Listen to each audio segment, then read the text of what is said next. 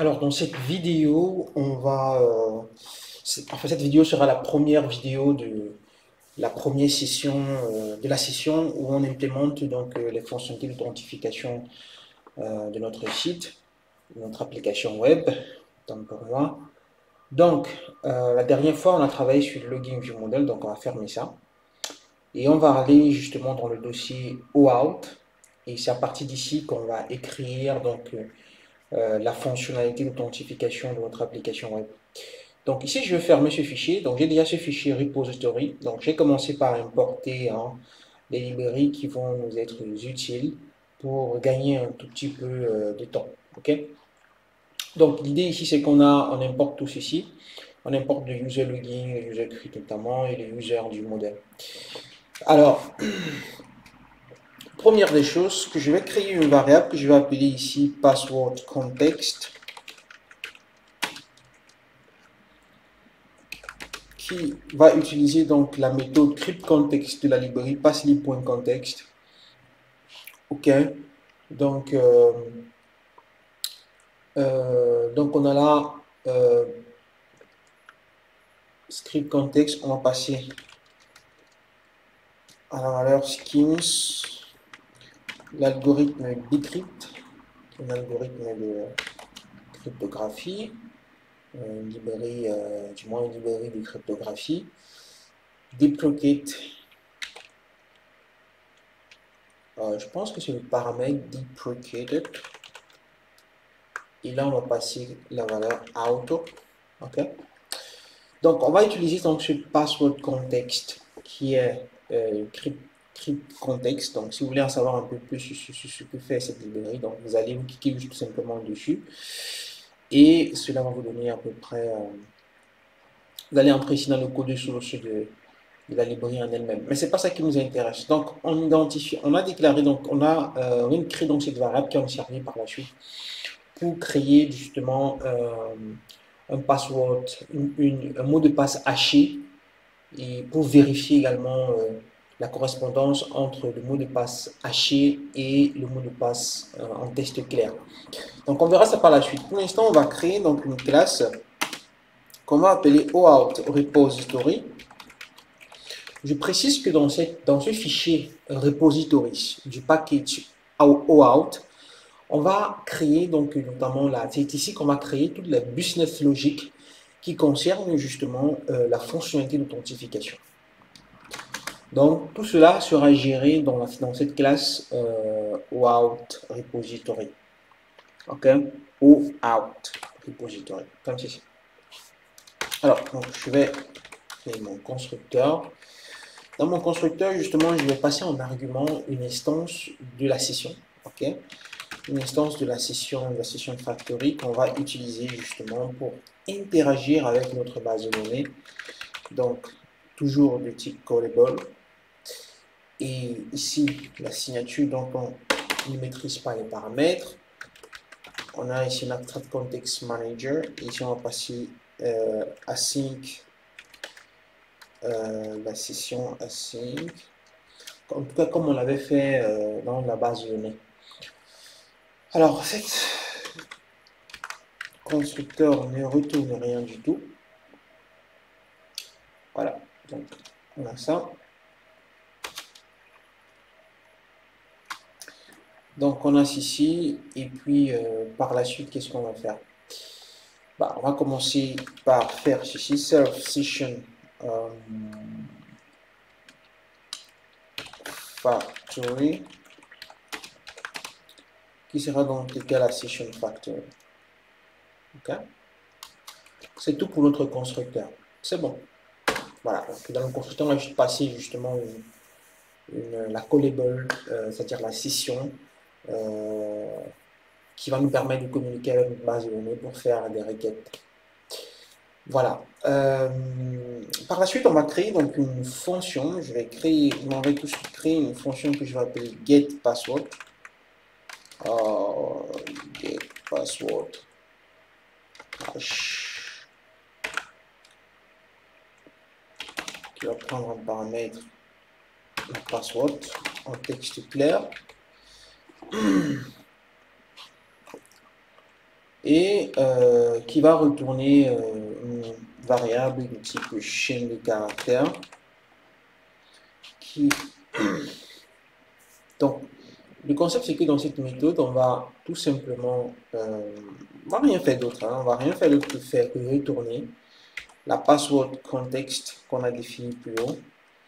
On va donc utiliser, on va appeler donc la méthode hash de ce password context que voici et on va hasher donc le mot de passe. Voilà. Donc ce mot de passe tout simplement sera retenu ici sous forme de chaîne de caractères. Voilà. Donc je vais donc créer une autre méthode que je vais appeler verify password hash. Et cette méthode va vérifier donc le mot de passe, va faire une comparaison entre le mot de passe en texte clair. Donc je vais appeler ça plain password.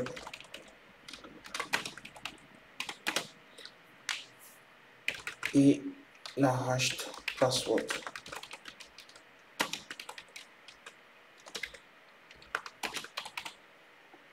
Ok, donc ici on va faire de même. On va utiliser donc la password context.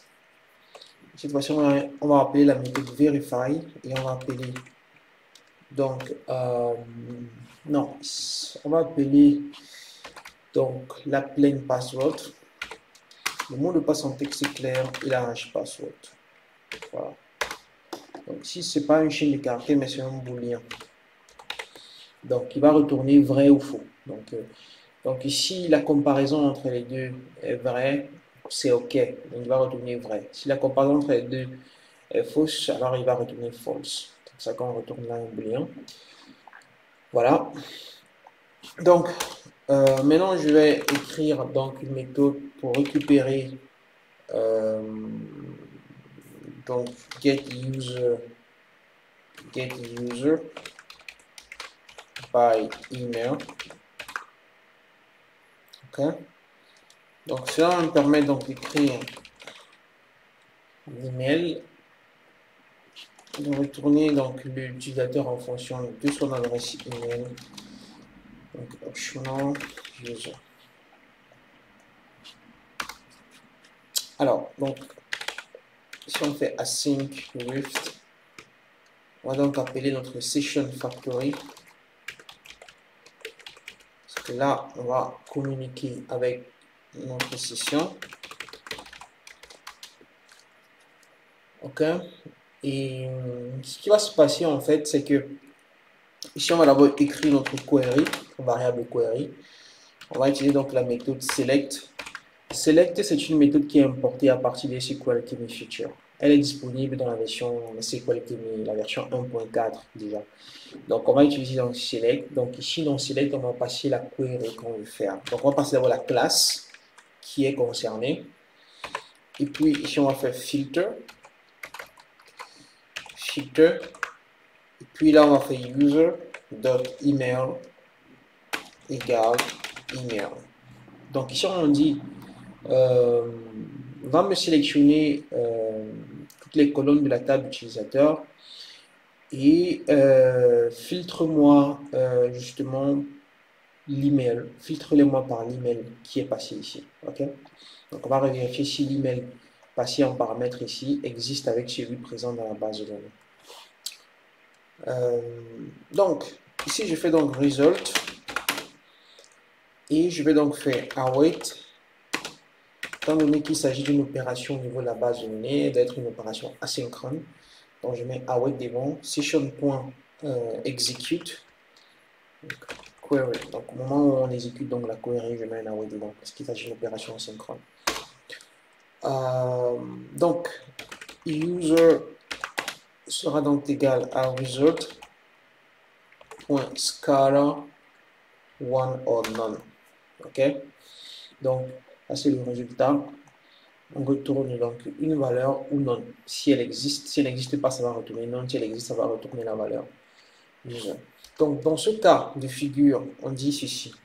Si l'utilisateur n'est pas valorisé, so if user is none, Dans ce cas, on va retourner, on ne se prend pas la tête, on retourne none.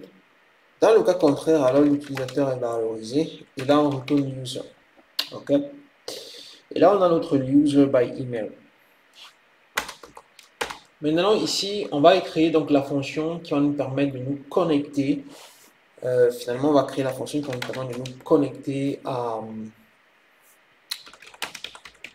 de nous authentifier à notre système. Donc cette fonction sera appelée login user. Donc qui va prendre en paramètre une variable de type user login. Donc ça c'est, rappelez-vous de l'interface, cette classe pydantic qui a été créée justement ici. Donc user login a ces différents champs. Donc il hérite de user base qui a le champ email et name. Et il a en plus donc le champ password. Voilà. Donc ici donc je passe user login comme paramètre. Donc cette fonction, si nous authentifions avec succès, alors on va retourner l'utilisateur. Dans le cas contraire, on retourne none. Donc là, on va faire user equal await. Donc là, on va commencer d'abord par faire une espèce de query pour savoir si l'utilisateur existe. Ok. Est-ce que quand je veux m'authentifier, je vais entrer mon adresse email et mon mot de passe. Quand j'entre mon adresse email, bah, cette fonction-ci va d'abord aller récupérer mon adresse email et va vérifier si cet utilisateur-là existe dans notre système, si elle existe au niveau de la base de données. C'est donc pour ça que je vais faire ici user login.email. Voilà. Donc je vais donc passer donc l'email. On va vérifier si l'utilisateur existe d'abord. Donc je vais faire if not, voilà, if user is none. Bah, si l'utilisateur n'existe pas, donc on fait seulement return none. Okay. Dans le cas contraire, ça veut dire qu'il existe. Maintenant, s'il existe, je vais faire un autre contrôle pour vérifier que l'utilisateur, son mot de passe est correct. Donc, je vais utiliser la méthode verify password hash. Et dans cette méthode, je vais passer à la fois le mot de passe en texte clair et le mot de passe haché. Donc, le mot de passe en texte clair, c'est ce qui nous est fourni ici. User.login.password. Et le mot de passe haché, c'est justement ce qu'on a déjà dans notre base de données. Donc, user.hashedPassword. OK. Donc, si if not verify password hash, ça veut dire que si voilà, cette méthode-là retourne false, bah, dans ce cas, on retourne none. Ça veut dire que l'utilisateur ne connaît pas son mot de passe, on retourne none. Dans le cas contraire, s'il fait tout bien, on va retourner justement l'utilisateur à la fin. Okay? Si tout s'est très bien passé. Voilà donc notre fonction. Okay? Bon, ça c'est bon pour la fonction, pour la procédure d'authentification. On va s'arrêter là pour l'instant. On va aller dans le fichier service par la suite et on va créer toutes les méthodes qui correspondent justement à l'authentification. Donc on va les appeler directement de notre classe repository où on a créé justement notre business logic. On se revoit dans la prochaine vidéo.